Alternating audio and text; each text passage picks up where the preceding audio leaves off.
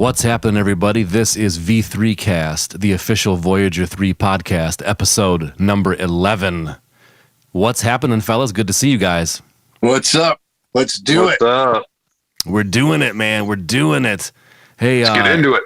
Yeah. Well, what are you drinking for starters? I gotta know. Aaron's going first. Oh, Aaron, right. It's all you, buddy. I'm drinking tried and true Bloody Mary out of the Batman glass. Vintage Batman glass. And this is artwork by Neil Adams, who just died this week. So That's right. That's a little tribute to Neil Adams. His artwork is all around my house. That was deep, Aaron. You went deep. Hey, how spicy is that Bloody Mary? It's a little bit extra spicy. I put some of that Tabasco Scorpion. Yeah. Is that the sauce that's green? No, that's not like green. Just like green chili or something. The Scorpion is the new stuff, and it's the real deal, isn't it, Greg? It's hot. It's real hot. I like it though. It's kind of my go-to right now. Yeah. Even like an omelet flavor. or something. What's that, Steve? Even like on an omelet or something like that. Just put a couple dabs of that. Cheese pizza. Get it on there. Yeah. Yeah. It's hot though, Steve. I mean, you better go sparingly. Right. Yeah. Right. Just a couple drop or two to start with on your omelet, and just spread it around with the fork. Right. And then once you build up a tolerance, then you can get a little more careless with it.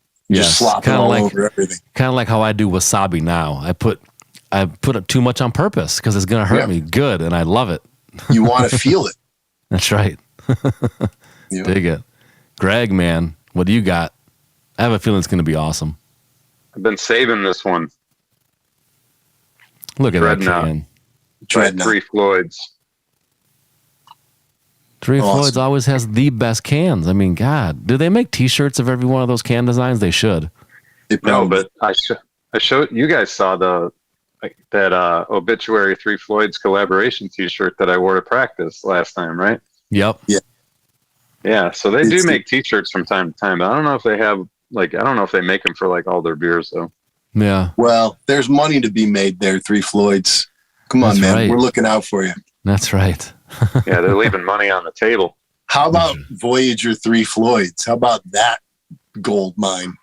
Yeah, man. That sounds nice. That sounds nice. And do you know how good that can would look if we had a beer? Come on. Yeah, it would be. Oh God, it would be the best looking can of beer ever. Man. We might have to call up Ghoulish Gary for that can. Maybe see if he can do it. We can grease that wheel when we see Gary at the upcoming convention at Motor City Nightmares, man. Yeah. Yep. Oh yeah, we got some cool info to talk about that a little bit later on in this episode. It's going to be fantastic. Absolutely. All right, Steve. Let's see your white monster. Let's see it. No. I brought tonight White monster. my absolute favorite ginger beer that you can get. Oh yeah, locally. Cock and ball. Aaron's favorite. Yes. I love that one. Where'd you get that from, Steve? Can you explain to the audience where you got that? Well, you let me know that Kroger carries it. I had no idea that Kroger had it. And you picked up a pack for me for rehearsal, and then I just got a pack today at Kroger. See? Cheers. See? Greg is like the drink hawk. He's always out there.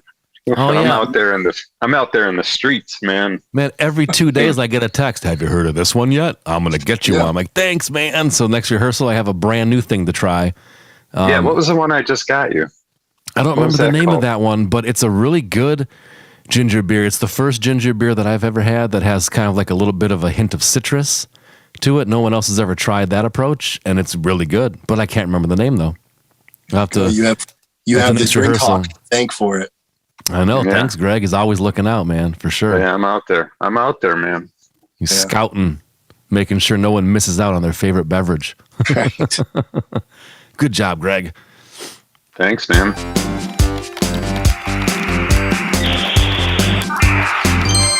Mailbag. All right, Aaron. So what do you have from the mailbag this time? I have a short and sweet mailbag from Cam Floyd, who I have known since I was 10 years old. For from Camp Algonquin. He said he pointed out that we didn't snub Brazil when we were talking about Terry Gilliam, but he pointed out that we missed it. We didn't talk about a lot of Terry. We could do a little segment on Terry Gilliam if we had the time, but Brazil was the movie in between Time Bandits and Baron Munchausen. Brazil's a great movie. It's been a while since I've seen it, so I'm gonna go watch it again. But Cam, Steve, you said you would see Brazil. You haven't seen it yet. Yeah, I've never seen that one. And totally I don't think Cam believed you. I don't think he believed you. Really? So I'm setting. Yeah, he said something about. He was quoting a movie, I think, and he said I don't want to see it, and I won't see it. You can't make me, or something like that. It sounded like it was something from a movie. Either way. Oh, no. You know what that was from? He was that? saying about the Swamps of Sadness and what happened. We were saying we don't want to say it, and he was saying, say it, I'm not going to see it. That's what that was. Right. But I have not seen. No, there is a chance that if I start watching Brazil, I might go, oh, wait a minute, I've seen that. But I don't think I have. I don't think I've seen laying it out for you, the Cam Floyd challenge. All right. That if you don't watch Brazil before the next podcast, I get to beat your ass. All right. I'm going to be in trouble. Just like when we were kids and I used to beat you up all over the place. You were only about 8 inches taller than me. And I used to. So Cam is one of my oldest and dearest friends. So that's why the Cam Floyd, we might even need a graphic for the Cam Floyd challenge. Consider it done. Cam got me this Batman statue right here. Let's zoom in on that. Got me this Batman statue years ago. Let's get a good angle. Oh, there he is. There. Yeah, that's great. Does he have a dagger? No, it's a batarang. Oh, okay, gotcha. So you got to see Brazil. That's why I was surprised. Have you seen it, Greg? I feel like I did see Brazil. It's been a number of years. It didn't stick with me like Time Bandits did. But that's that could have just been me at a young age. It's more depressing than Time Bandits for sure. It's not quite as fun, but it is. It is. And by the way, since Cam isn't going to watch The Never-Ending Story, Atreyu's horse dies in quicksand. So let's just get that out of the way. Like, I think the spoiler. Wait, you guys have had a couple weeks now since our last podcast. His horse dies in quicksand. That's right. Yeah, the Swamps of Sadness got him. Yeah, when we were kids, man, these TV shows and movies had us thinking that everybody's going to die in quicksand. I mean, every single around the corner. Every single TV show and movie had quicksand in it. I don't know what that was. It's just a weird thing about the 80s, I think. I don't know. I started to think quicksand wasn't even real. I don't know if it's real. Is it out in the real world? I don't know. It is. It's just way less common. Way less common than you might think. Just kind of like synthwave and neon. Nowhere near as much neon as everybody thinks there was in the 80s. Yeah. Same thing. Not as much quicksand back then either. Right. Right. Well, Aaron, you know what it is about quicksand? They just throw that sawdust in remember the custodians in your school had that sawdust that they would throw on vomit? They put that on the quicksand and it's fine. Yeah, I was very familiar with that stuff because I was throwing up all the time when I was a kid. Quicksand, ever since they invented that sawdust, it's sort of not been an issue again. Yes, quicksand was quickly diminished. I remember the janitor coming and seeing me and going, and I grew up on the stairs. I threw up in the gym. I threw up in math class a lot. It was a bad time for me. No joke. Oh my goodness. So can we get this kid some Pepto-Bismol? Just yesterday, I got an email from our buddies in Galaxy of Film podcast, and they asked if we wanted to come back on there next month. They have a couple topics that they thought either some of us or all of us or one of us, whoever can make it, might be good at. So we're going to keep in touch with them and pop in their podcast again sometime. We had a blast with them on the Book of Boba Fett, and Aaron, you were on there with the Batman talking about everything. Yeah, it was great. I finally watched the Batman, Aaron. What'd you think? Batman's horse dies in quicksand. Yeah.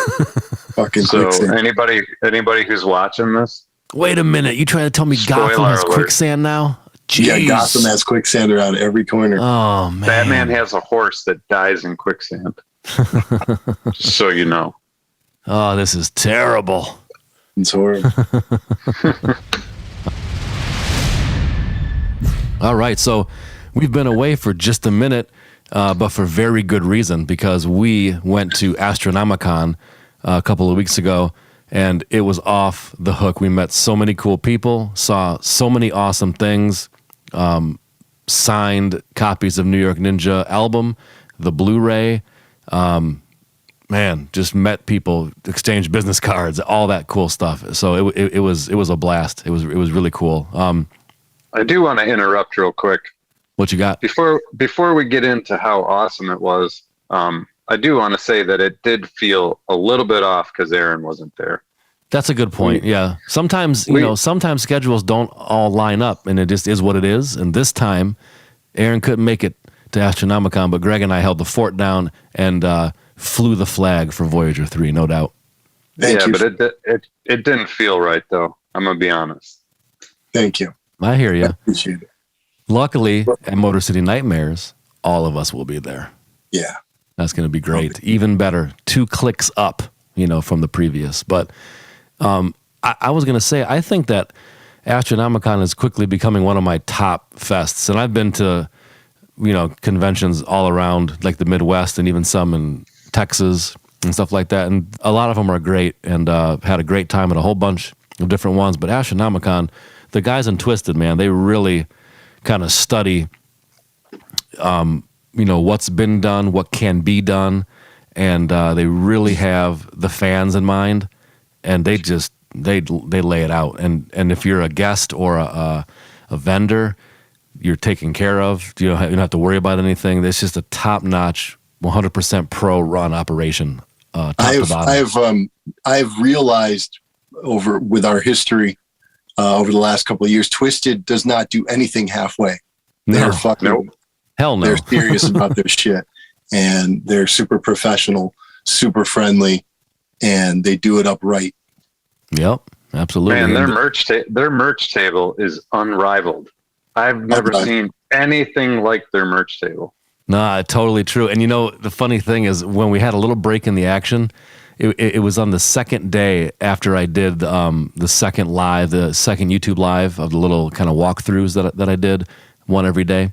I went up to the guy, and I didn't get his name, but it's the one guy who's always at their merch table, every show, every convention, everything. And I told him, I made a joke with you two about him, and I said that, man, every time I see any Twisted show, it's only you back there. I never see you have any help. There's never a second guy, and he just schlocks merch all night, counting out change, swiping cards, pulling shirt sizes, grabbing vinyl. And I'm like, how do you do that? I go, can they get you a sandwich? I mean, come on.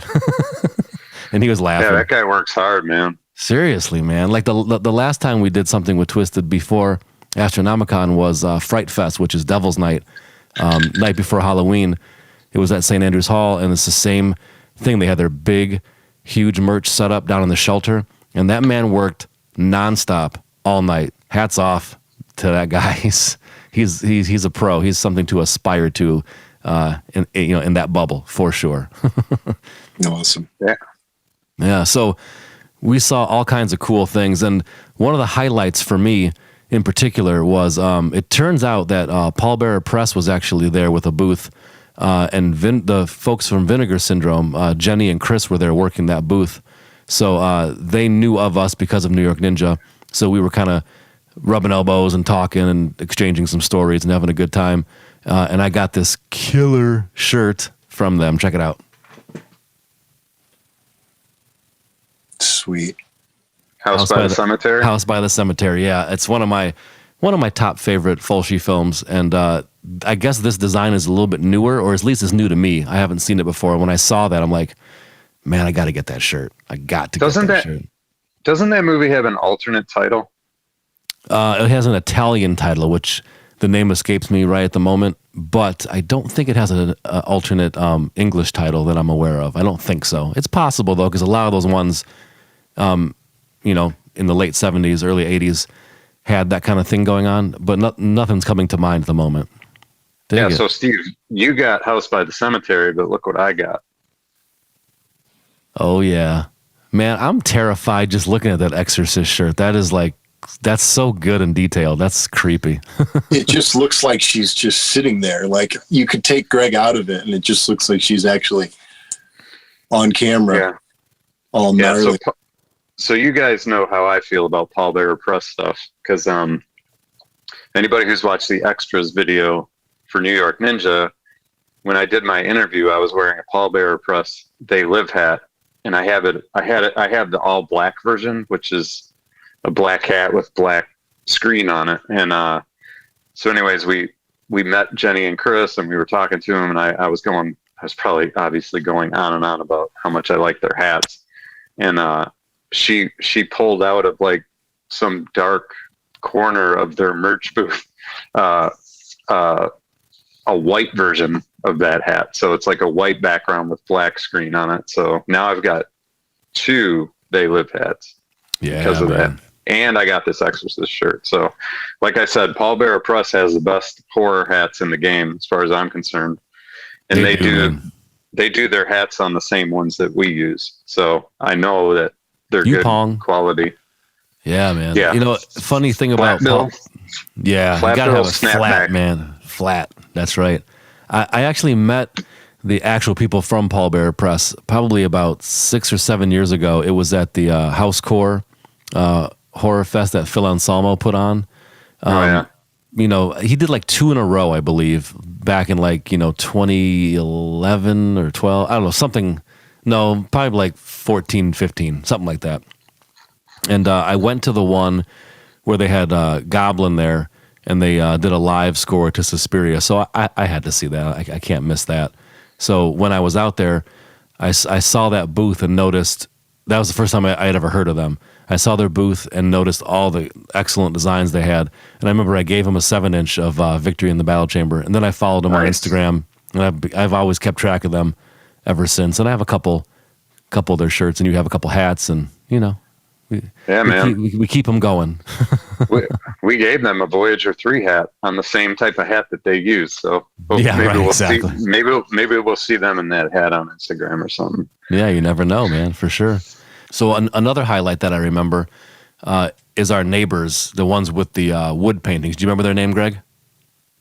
Yeah, Ninth Circle Designs, and I think they're only on Facebook, if I remember correctly. Yeah, I think they did say that. So at the end of the 3 days, you know, we had become buddies with them, and we were playing our music via the laptop, you know, on these little speakers we have. And the one guy kind of is a fan of Pink Floyd, so he asked to him what he had heard of our stuff. He was like, I want the War Mask one. Would you guys be cool to trade? So we totally did. It's no problem. And he gave us this awesome piece that he did. Check that out, man. That's great. The Cemetery Ghoul from Night of the Living Dead, hand painted. Yeah. There's no other ones like this. He does this one, and then he'll do it, you know, something else. But this is one of a kind. So we're gonna put that up in the rehearsal spot for sure. No, that should go in Battle Chamber. Yeah, that's a good point. It could go in the studio. Either one. We'll get many years of enjoyment out of that awesome art. Nice. What else? And then we had neighbors on the other side too, and those guys were great too. Tony Mello and John. Oh yeah. We've known John for many years for sure. Rocket Inc. But they were both there together all weekend, selling all their titles. They have a whole bunch of cool stuff too, just like, you know, down the table, stacks and stacks of different titles. So they're always busy creating new stuff. And speaking of comics, our other comic creator buddy, Dirk Manning, was there. And we hadn't seen him since before COVID, so it had been quite a long time. So we chatted. And I got a gift from Dirk. Are you ready to see the gift that I got from Dirk? Check this out. I got the same thing. It's upstairs. Yeah, man. Look at this. Nice. It's the Twisted comic that he writes. And this is like this would be a trade paperback, right, Aaron? Perfect Bound? Yes.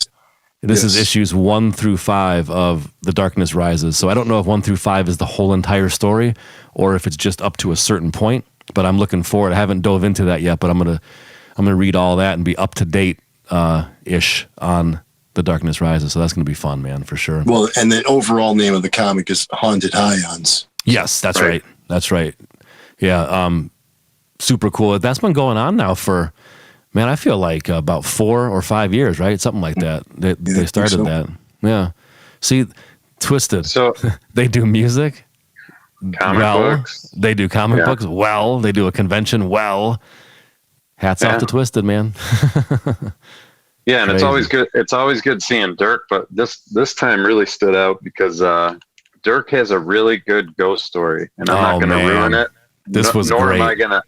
Nor am I gonna tell the ghost story, because I think if you end up at a convention with Dirk, you should ask him to tell you the ghost story. Oh yeah, please do. When whoever's listening, when Dirk is going to be in your area at a convention, when you see him, tell him to tell you about the ghost story from Toledo. Because I will say this, Dirk can tell a story way better than I can. Oh, obviously. Yeah. Me you gotta hear him tell it. So anyhow, that was really cool. And then, one last thing, I don't want to go on too long about Astronomicon, but one last thing was my friend Jessica was there with John. Well, as it turns out, she was there with John L. Tenney, and they do a podcast called What's Up, Weirdo? And it's kind of like a paranormal podcast, but I mean, they're kind of like us, they just talk about whatever, and so we were in the middle of this conversation, and we sort of all realized that we knew a bunch of mutual people, and we were trying to figure out how it is we've never really crossed paths, like formally. I mean, obviously I've known Jessica for years, but John, I think, was really struggling with the fact that we didn't somehow know each other before. Right, because on paper, we totally should, is what you're saying. Yeah. Yeah, exactly. And then, so John was telling us, he's like, I'm sitting here and I'm like, we're talking about all these mutual friends that we have, and I'm trying to decide like which records I should buy. And like no sooner than he said that, Jessica spilled her drink on one of Steve's solo records. And, John immediately was like, well, that's the universe telling me which record I need to buy. Right. So that was like a really cool moment. And they have a really good podcast, and anybody who's listening should go check it out. What's Up, Weirdo? And yeah, we'll put a link in our description for sure. For sure. So that was a really fun conversation. Was funny. Yeah, he got that one, and he literally got that one that has the drink spilt on it on the plastic part, on the outside cover, and then he got a Voyager 3 album. I think he got Doom Fortress, right? I can't remember which Voyager 3. Yeah, he asked me to tell him which one to get, and I said Doom Fortress. Yeah. So talk about like just some weird cosmic rolls of the dice. That's just crazy that we even saw him at all, and then talked, realized we have a ton of mutual friends, and then a spilt drink told him which album to buy.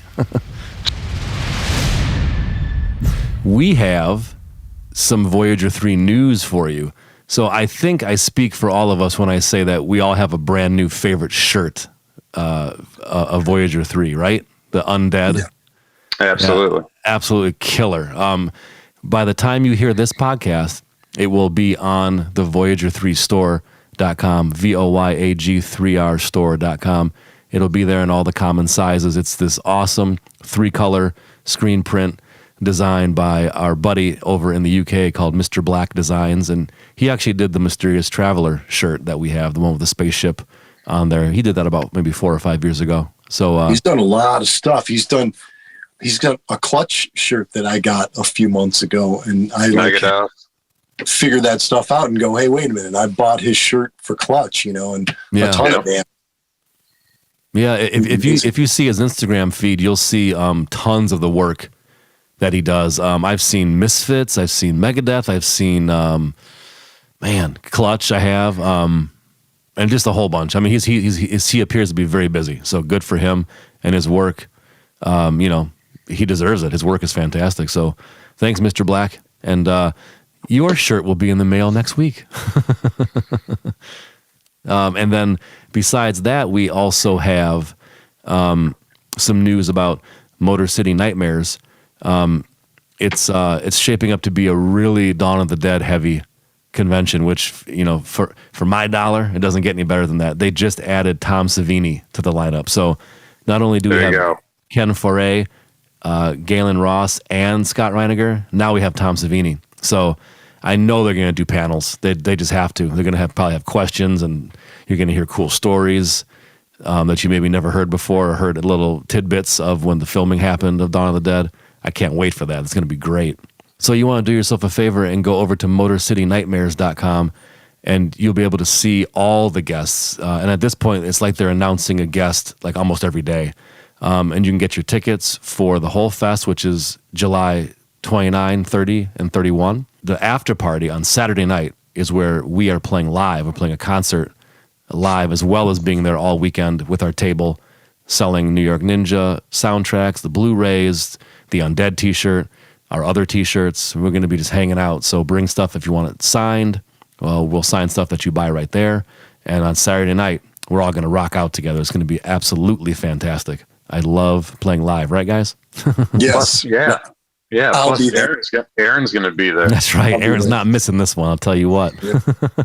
So if you want to get something signed by all three, this is the one. That's right. You know? And there was a handful of people at Astronomicon that had us sign their New York Ninja Blu-rays. So come out to Motor City Nightmares so you can have Aaron complete the signatures. Then you'll be all good.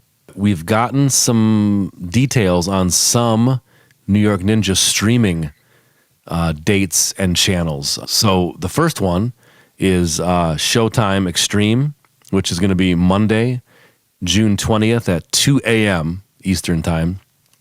Perfect time to watch New York Ninja, right? After the bar. Yeah, right when you get home from the bar. Exactly. And then AMC is going to play it on Saturday, May 14th at also 2 a.m. So I would say, double check those dates and make sure that they don't change, and make sure that you have those channels if you want to watch New York Ninja. It's going to be on Turner Classic Movies too, if you have that channel. Do you have a date and time on that one? Same as AMC. Oh, okay. It's the 14th of May at 2 a.m. But, you know what I did is I have YouTube TV. I don't know how many people have that, but you can just search New York Ninja in there. And then you just basically, click on the plus sign, and then it'll just DVR it for you. So you don't have to stay up till 2 a.m. I mean, unless, of course, you are at the bar. In which case you should watch it right when it airs. That's right. You'll enjoy it even more, I feel. Yes, definitely. Okay, so our next topic, I thought this would be fun because I know we have collectively seen hundreds of concerts and been to hundreds of concerts. So I have three questions that I wanted to pose to you guys. First one is, what is the best concert you've ever been to? Second one is, what's the loudest concert you've ever been to?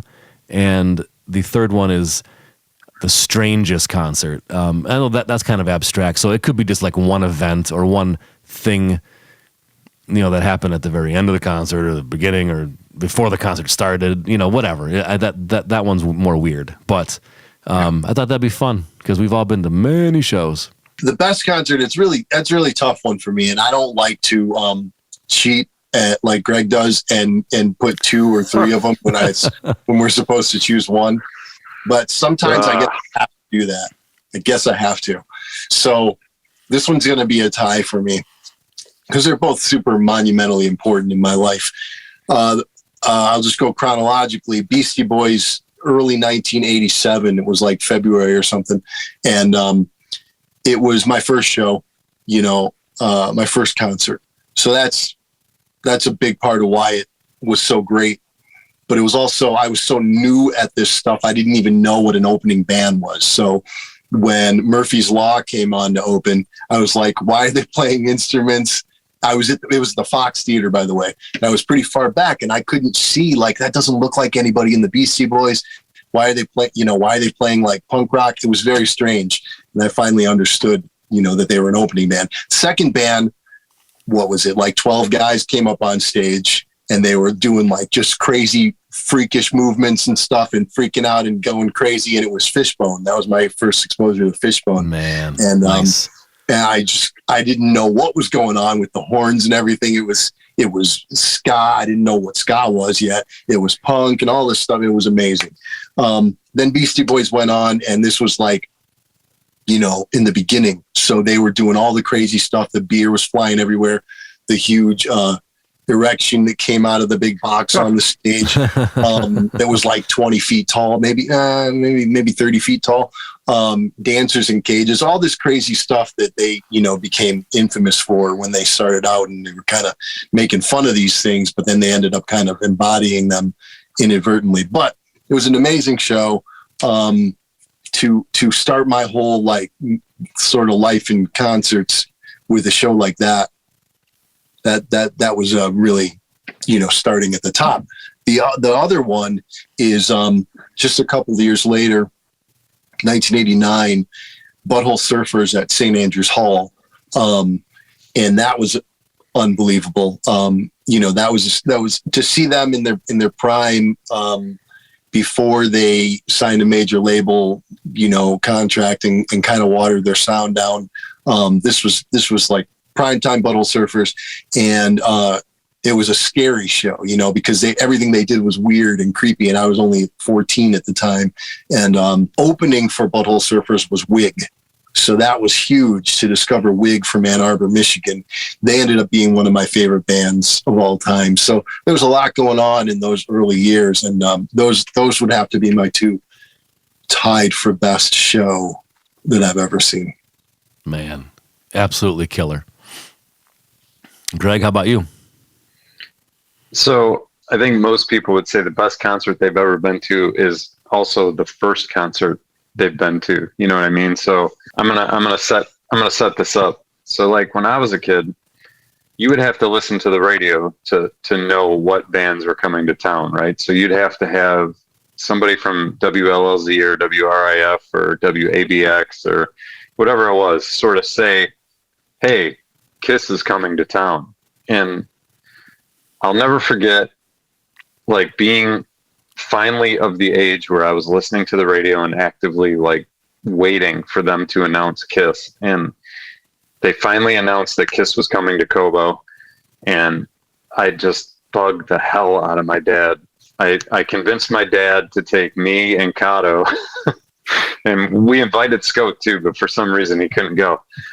But my dad took Kato and I down to Cobo to see Kiss. Creatures of the Night tour, which is the last tour with makeup before they took it off for Lick It Up.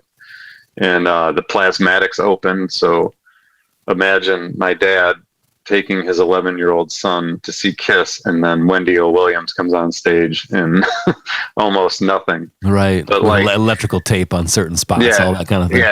Yeah, exactly. And then, but like the other thing was like, that particular stage was set up like a tank. I don't know if you guys remember this, but like Eric Carr's drums were on a like tank turret, and then the tank would like turn and shoot the speakers and they'd blow up. And I mean, as an 11-year-old kid, I was just like, I couldn't even get my head around what I was seeing. You know what I mean? Yeah. It was just, I was obsessed with Kiss since 5. So by the time I finally got to see them live at 11, there had been this giant buildup, and they did not disappoint.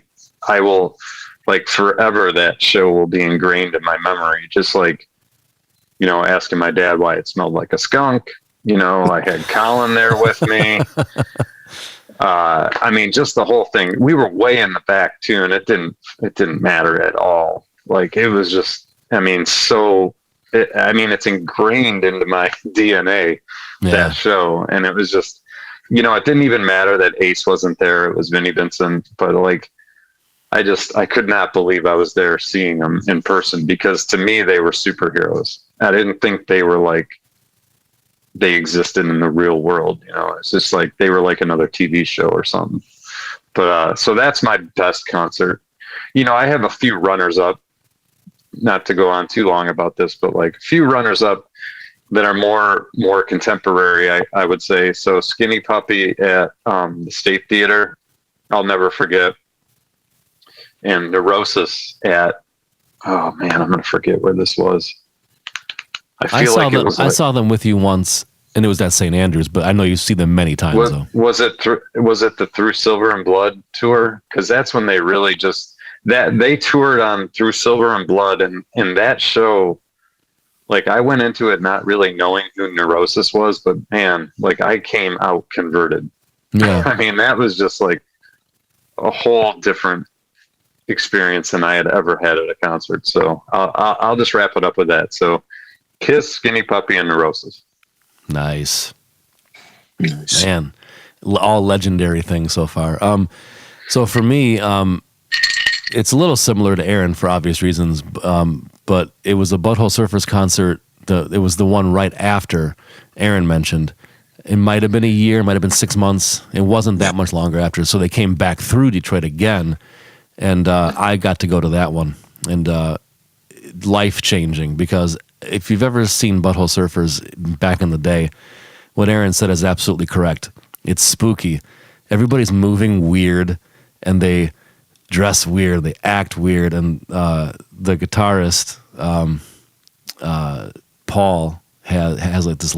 He had this long blonde wig that he wore just for no reason, and everything was under strobe light, like the most intense strobe light you've ever seen in your life. So you don't even know what you're looking at, and after a minute, you start to go nuts watching all that. And when it's the first time you've ever been to like a club show like that, it definitely it left a mark on me forever. Like it was that night that I'm like, okay, to whatever degree I possibly can, I want to be doing live music and entertaining people and coming up with cool stuff and doing the same type of thing. And it's never changed. So that one is probably my A number one show. That was at St. Andrews Hall, and I even did this fanzine. I only did it one time, but it was called I think it was called Off the Record fanzine, not to be confused with the old record store called Off the Record, unrelated completely. And I remember I did all the layout on a typewriter because it was before word processing was really a thing, and I made photocopies at my high school, and probably made 50 copies and handed them out. I reviewed No Means No Wrong in that issue that Alternate Tentacles sent me, and I still have that record to this day. I just listened to it about a week ago, and a couple of other things. And I wrote an article. I even put some like faux ads in there, and I think I did an ad for our Vegetarian Cannibals cassette that we just released at the time. And I was handing that out to the people in line at the concert because I'm a damn maniac. Y'all know that. And yeah, that concert was life changing for sure. Then I have a runner up. I mean, it's hard, as you guys said. We've been to so many shows and seen so many legendary bands in their prime, or even before their prime. Stuff that people talk about to this day, still, like in the different genres that we like. So it really is hard to pick just one. But that one is definitely the one. But I also have another really cool runner-up that I would say. It was 2015, late November, and I had bought tickets about 10 months before the show. And it was King Crimson in Toronto. And my son was born on November 1st of that year. So he was only like about a month old. And I rented a car and took off to Toronto, and still completely ecstatic that your son is here and he's a newborn, and so that's cool enough. And then I got to spend one night in Toronto to see King Crimson with the current setup that they did, where they had 3 drummers in the front of the stage and the rest of the band behind them, and it was just an absolutely amazing show. All the circumstances around that. Because I'm a huge King Crimson fan to begin with, so to see it in that kind of modern configuration and everything else happening, it was really cool. Very, very good imprint on my mind. And that was a later one because that was only like about 6 years ago. So kind of maybe bookending almost, recent to one of your first. So that was pretty cool. It's awesome. Now, this one, I might know the answers to these, maybe, because they might all be the same. I don't know. I'm not sure. But the next one is, what's the loudest concert you've ever been to? You know, I have one answer for this, and somebody tried to call me out and say that it should be a different band, but there's different kinds of louds. And the loudest concert I've ever been to was Jucifer at the Magic Stick. It was so unnecessary. Like, I love volume.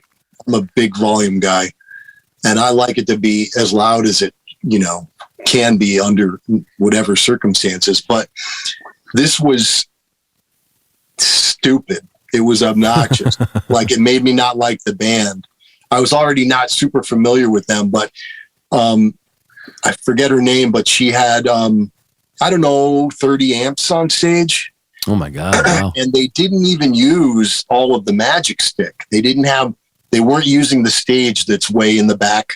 They were cutting off part of the room. So they were playing on the floor. And she just had her amps, just like a wall of amps on both sides of the drummer.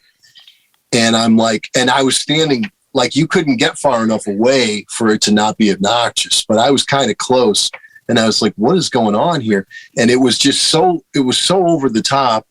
You could barely hear the drums. I mean, this wasn't even well mixed, and it wasn't even like a good loud, like where you can feel it, as well as hear it. It was all like up here, and it was just, I thought it was going to damage me, and it probably did.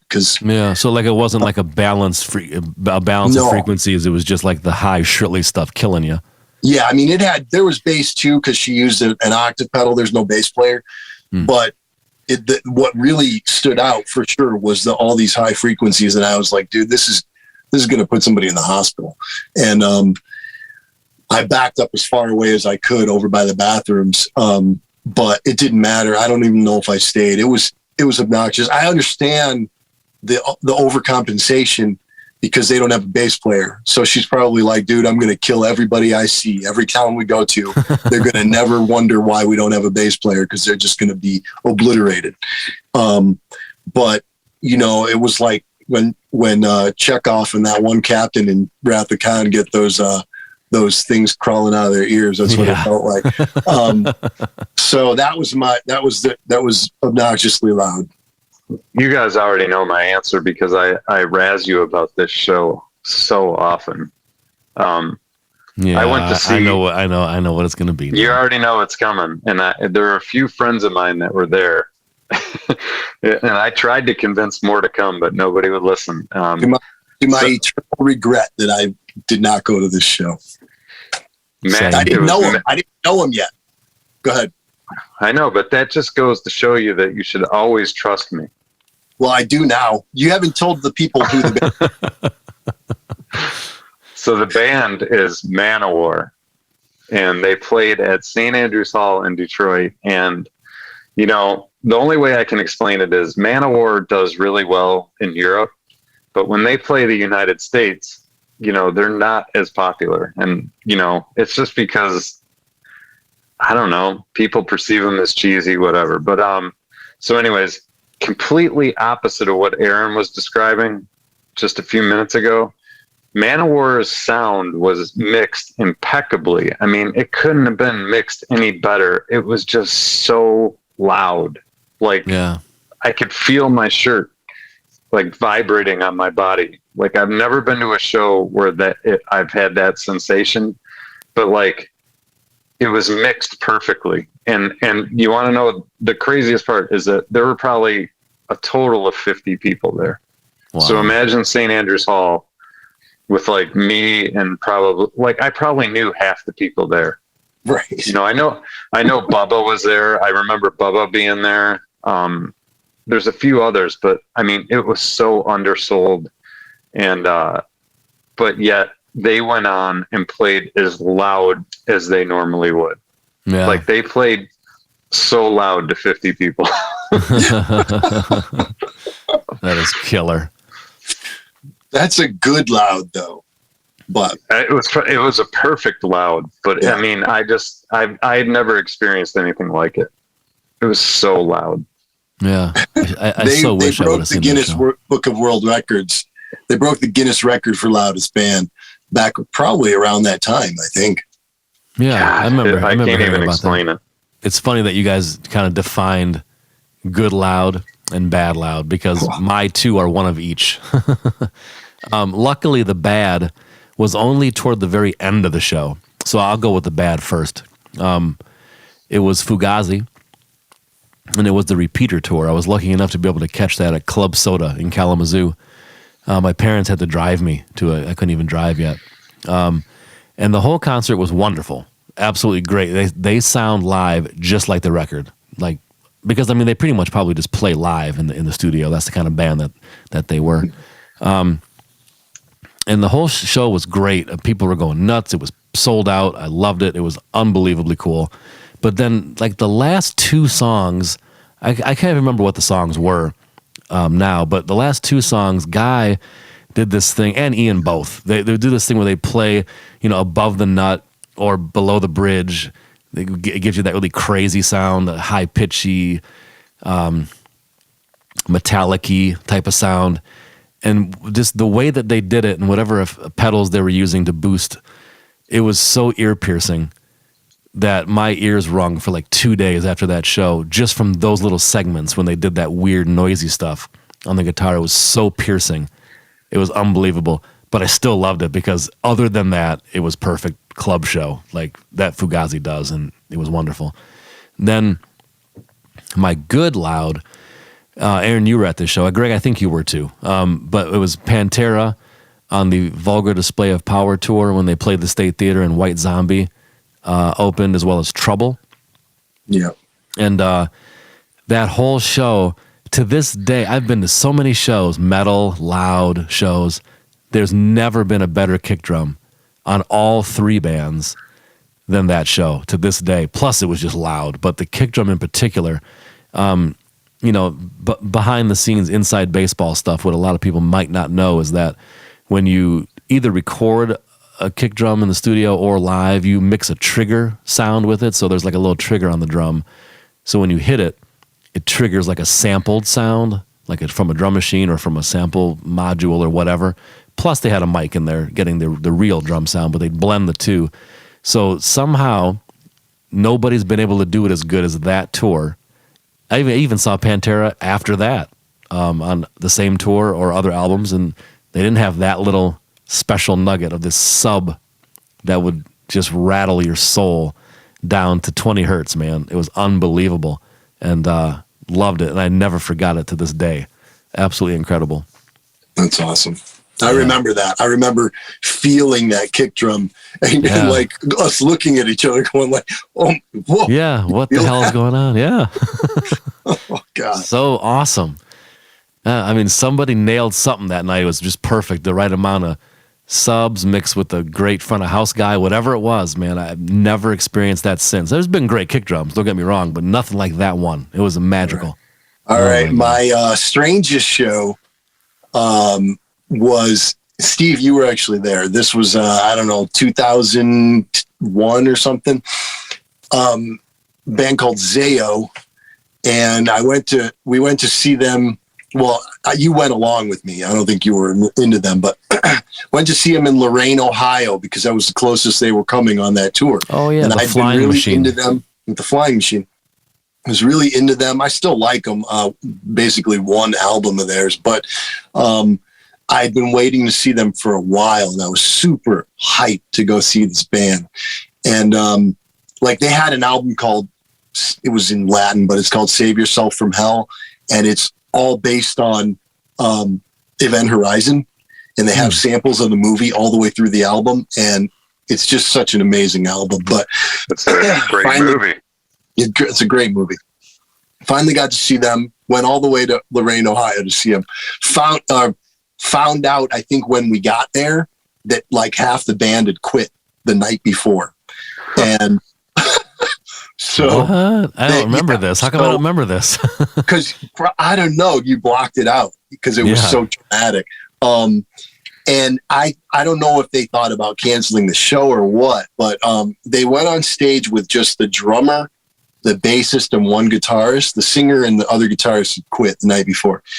What are they going to do? Like, who's going to sing or what?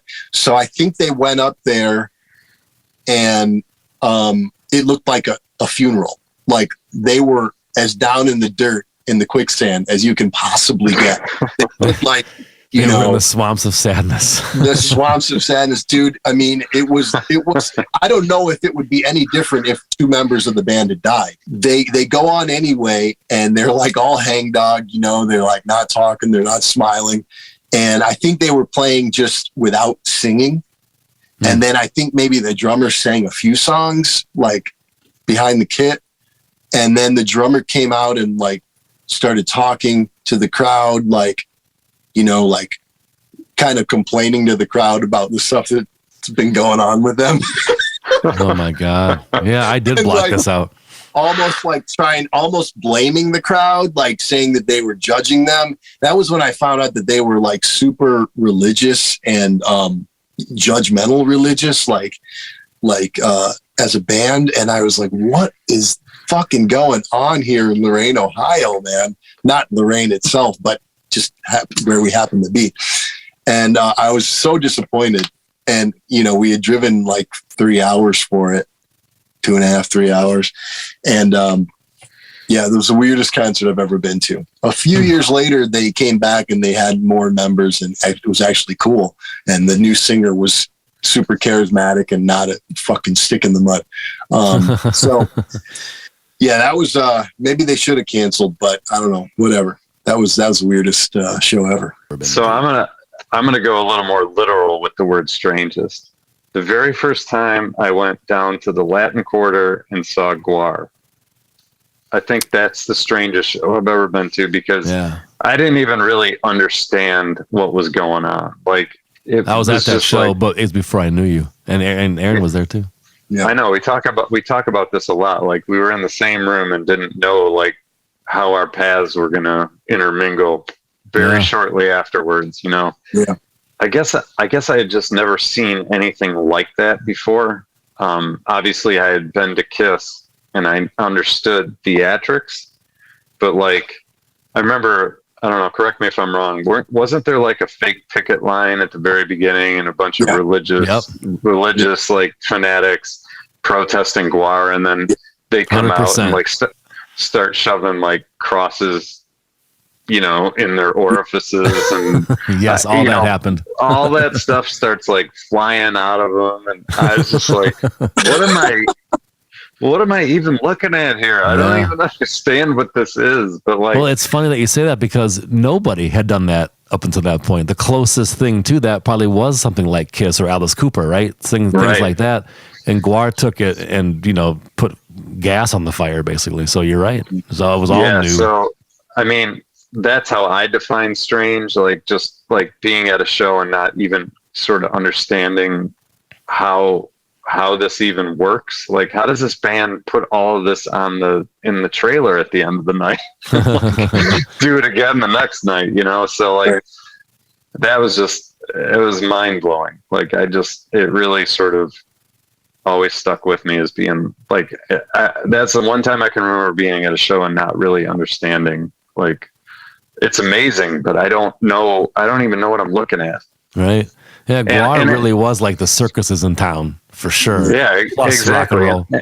And I mean, now everybody sort of understands what Guar is or was and what they do. So it's not, I don't know, like you can't get back the shock of seeing them sort of unknown, Right. Totally. I can't remember the circumstances of why we went to that show, but I certainly didn't completely understand what they were when I showed up. Well, clearly you also wanted to see Agony Column too. I know sure. This. Yeah, I mean, I know Jeff. I think Jeffy Verdi was there with me, so he probably wanted to see Agony Column, and maybe that's why we were there. But man, Guar really they really delivered. Oh yeah.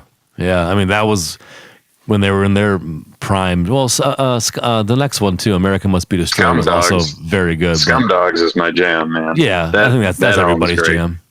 Yeah, and that was that tour too. So yeah, they were just like really in their stride for sure. My strange one is more along the lines of Aaron's one, where something doesn't go right. Not strange as in what Greg said, but there's no wrong answer. I mean, strange is whatever you perceive it to be. But mine is like Obituary on the Incomplete tour. They came through to a venue called Todd's. It's not around anymore. It's at 7 Mile in Van Dyke, basically. And a lot of historic shows there for sure. But this one happened. I think they were on tour with Agnostic Front, if I'm not mistaken. And all the bands went on and did their thing, and it was great, and you had fun. And then, you know, the headliner, Obituary, you're waiting for all night. And Obituary comes on stage, and they're killing it like they do. I've seen them every time they've been to Detroit, almost with no exception. And all of a sudden, like at the third or fourth song, somebody jumps on stage and like pushes Frank Watkins around a little bit. So I don't know what happened. I didn't see anything like leading up to this or anything like that. It could have been for no reason. It could have been something I didn't see. It could have been something from earlier in the night. Who knows?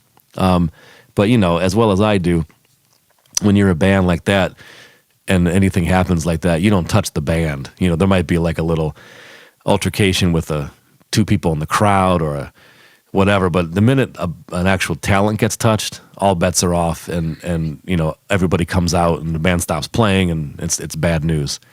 So as this kind of fight started to break out, to this day I don't know what happened. I don't know why this happened, but then Obituary said we're done. So on the Incomplete tour, there's such a kick-ass album. Those of you who are fans of Obituary, and I only got to see like 4 songs, 3.5 songs, whatever, and that was it. And then everybody out. so strange, right? Yeah. But you know, luckily the next album, World Demise, they came through to Harpo's, and Greg and I were at that one. No, Aaron and I were at that one. Did you go to that one too, Greg? I can't remember. I'm pretty sure I did, because that album for me is, I got into Obituary late in the game, and for me, the first one you guys showed me was World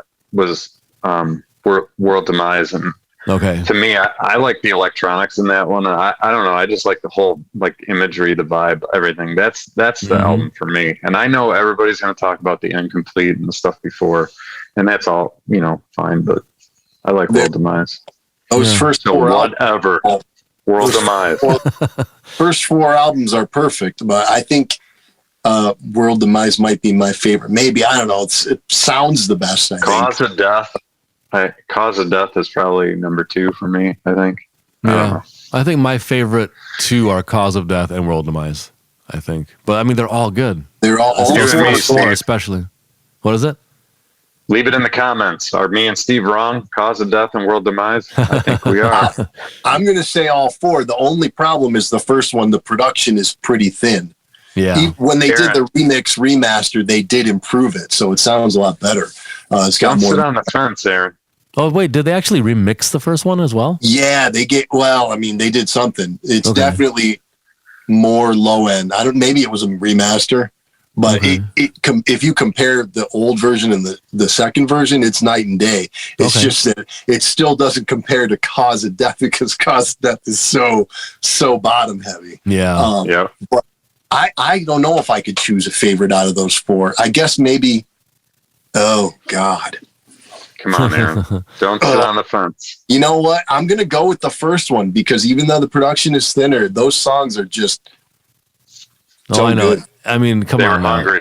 Till Death is one of the heaviest songs ever recorded. Did you say Till Death? Yeah, especially with the flanger on the vocals when it all kicks in on that middle part. Just, Jesus Christ. Guys, take it easy. Oh, you're killing us. It's too much. And then they do another breakdown in that song going into the solo. I can't handle it. I can't handle how great that song is.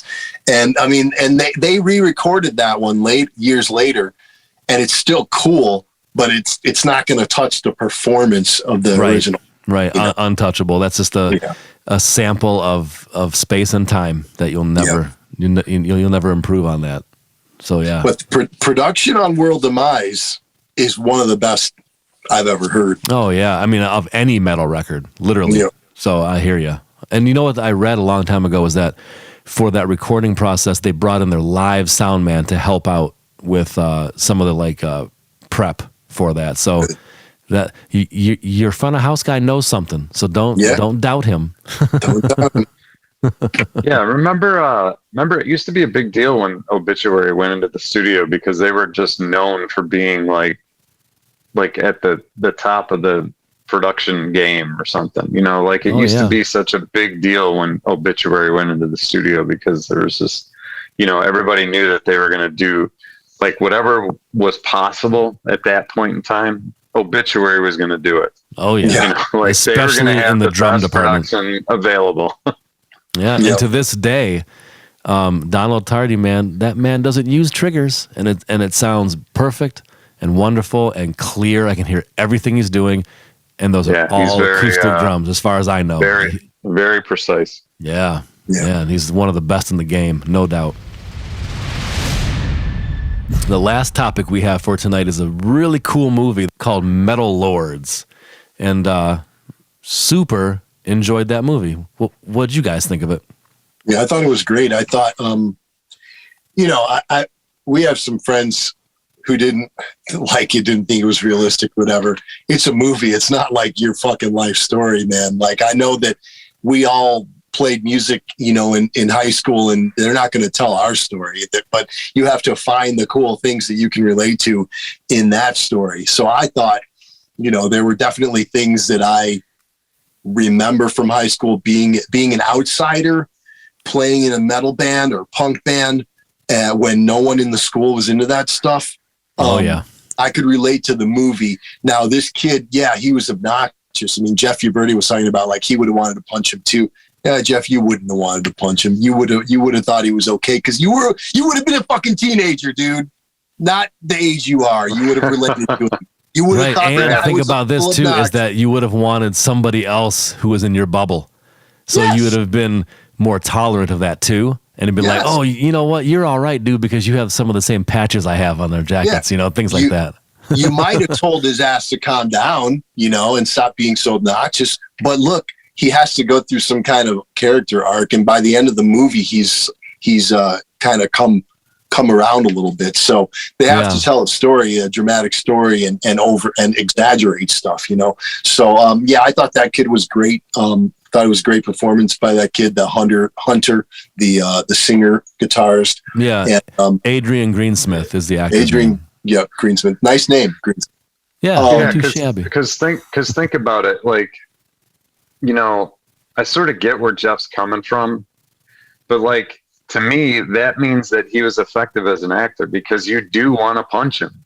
You know what I mean? Like that means that guy, who obviously is not a metalhead in high school, was convincing enough to make you want to like that. That's what he was going for. Like he got you to dislike him. You know what I mean? Right. So that to me is, you know, and I'm not saying like this is the best movie I've ever seen, but I, like Aaron said, I could find elements in it that I related to because we talk about Colin a lot. I talk about Scott a lot, but like when I came to my grade school in third grade, the first thing I did was find the other two guys in that grade school, the only two guys, by the way, at that point in time that liked Kiss.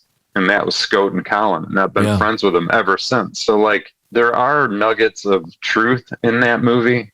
It wasn't the best movie I've ever seen, but it was also, I thought it had enough like references where you could tell that they sort of did their homework. And like you said, you know, you end up want to punch the main character, but to me, he did what he was supposed to do. He made you dislike him. You know what I mean? And that's good. That's good acting. It was the other kid, you know, the drummer, Kevin, who you're supposed to, you know, empathize with more, you know, and because he's just getting into this music and just getting into drumming and trying to like get good at it and all that stuff. He's like the normal kid, you know, so there's that balance there. And one of the other cool things is the dad, Brett Gelman, who is in Stranger Things. He's the reporter in Stranger Things who was like trying to uncover the stuff, and he could speak Russian and all that. That guy is a great character actor. He does commercials and all kinds of stuff on TV. And Steve, you remember Stick It in Detroit that Justin and all his guys did? He was in that was Hot Rod Johnson. Yeah, exactly. So it's so cool to see that guy over the last 20 years or so, become this like go-to funny supporting character guy. He's awesome. Yeah, for sure. I'm glad that you mentioned that because I had a note here to bring that up too. Yeah, he's come a long way. He's been in a lot of things. I mean, main actors sometimes, like a leading role sometimes, and he's also been in like voice work for like Family Guy and American Dad. I mean, he's been all over the place just working all the time. And something I was going to mention is that the main guy did a really good job of making you not like him at first because you're not supposed to. You're supposed to. He's supposed to grow on you, obviously, and also he realizes that he needs to chill out a little bit. But tell me if you guys picked up on this at all. Sometimes it seemed like he was almost bordering on poser as well because like he put more of like the looks and the imagery before the substance. Like he had all the spiked armbands and the makeup and all this kind of stuff, and then you were wondering like, well, can he even play? Because they didn't really ever play that much. They tried to get it started, and it didn't work out like in the beginning part.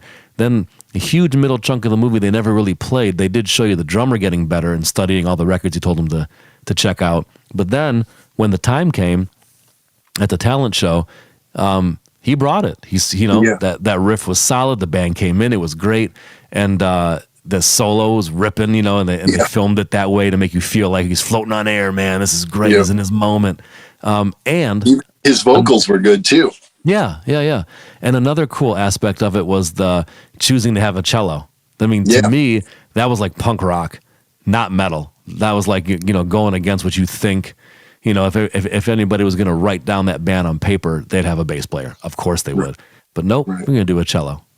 And it sounded awesome. Because there's a few, and there's a few acts out there now that actually is like two guys who play cello and they sit side by side and they do like Iron Maiden stuff and other stuff. You can YouTube it and check it out, but they use like overdrive on it too, so they're like distorted and they sound like different things. It's not just like classical cello at all. Yeah. So I felt like they were tapping into that a little bit, right? Yeah. I'll give you a current band that has a cello player, Leprous. I just went to see them. And, obviously they have a bass player too, but they also have a guy who plays like an electric cello on stage with them. So, and does he have some effects on it? Yeah, of course. Yeah, that's awesome. So, it's not that far-fetched, but again, I don't think this is the kind of movie you go in thinking it's going to be The Godfather, right? It's just kind of like lighthearted, and it pertains to our interests. So, I don't know. It is what it is. I thought it was good. Yeah. It had a great soundtrack and awesome, cool posters on the wall. And if they can get a couple kids out there to say, oh, this is kind of cool, let me check this stuff out and get into metal, get into heavy music. If they can win a couple of them over from the shit that's on the radio, that would be cool. That would be a victory. And so that's what I thought. Yeah. So. And another aspect that I picked up on, in my opinion, I think they got the high school vibe pretty good, pretty accurate. Because I'll tell you what, this is going to be hilarious. And Aaron, I think you knew I did this. I'm pretty sure you did. But it made me remember something. I was a freshman in high school, and my school had a battle of the bands every year, and you could try out. You get 3 other people together, and you do, whatever band that you could think of. So my crazy butt decided I'm going to put together an air band, battle, because it was air bands too, by the way. So you didn't actually play in the one at my high school. You would just like do air guitar and mime everything, and then they play the track over the PA. That's how ours was. So, there's people doing whatever was popular at the time. I don't even remember anymore, but stuff that you would probably see on MTV and stuff like that. So my crazy out of my mind self says, I'm going to do an MDC song. So This skinny freshman kid comes up and we do corporate death burger, and we did not get picked to go to Airband. That's how that ended. Because you have tryouts. I guess I forgot to mention that. Whoever wants to do this, 2 weeks before the actual Airbands, you have tryouts. So we walk up there and we do corporate death burger, and they say, "Okay, thank you. Have a nice day. Next."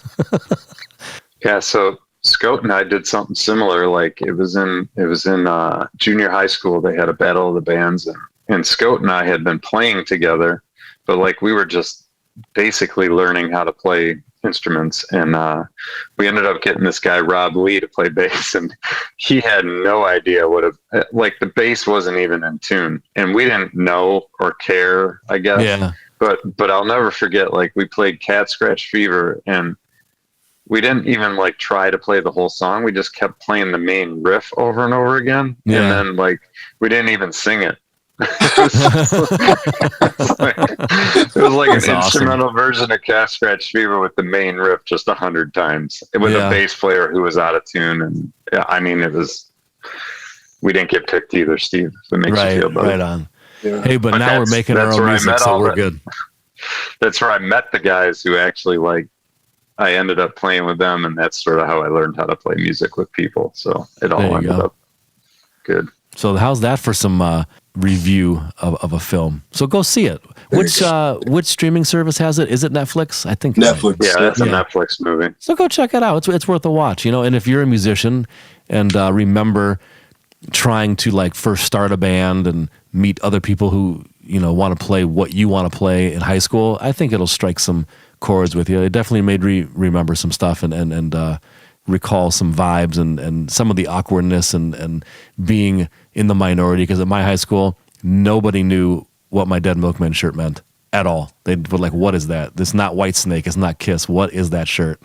Nobody and knew. I will call some BS on how nice that kid's drum set was, though. Come on. Well, that's because of the dad's credit card. That's why that was. I understand, but that kid never paid his dues to deserve a set like that. That's what I mean. There was a little bit of dash of that poser stuff in there, a little bit, because back in the day we had all just junk and we had to make it work, And I love how he fit that thing in a tiny little hatchback. There's no way. No, hell no. He had all hard cases. There's no way that thing was fitting in that car. Right. But I'm being super cynical at this point. Right. All right, fellas. Well, I believe we've covered every notch of topics we had on deck for today. So until next time, until the next V3 cast, keep a lookout on our website for more updates, and we'll see you soon.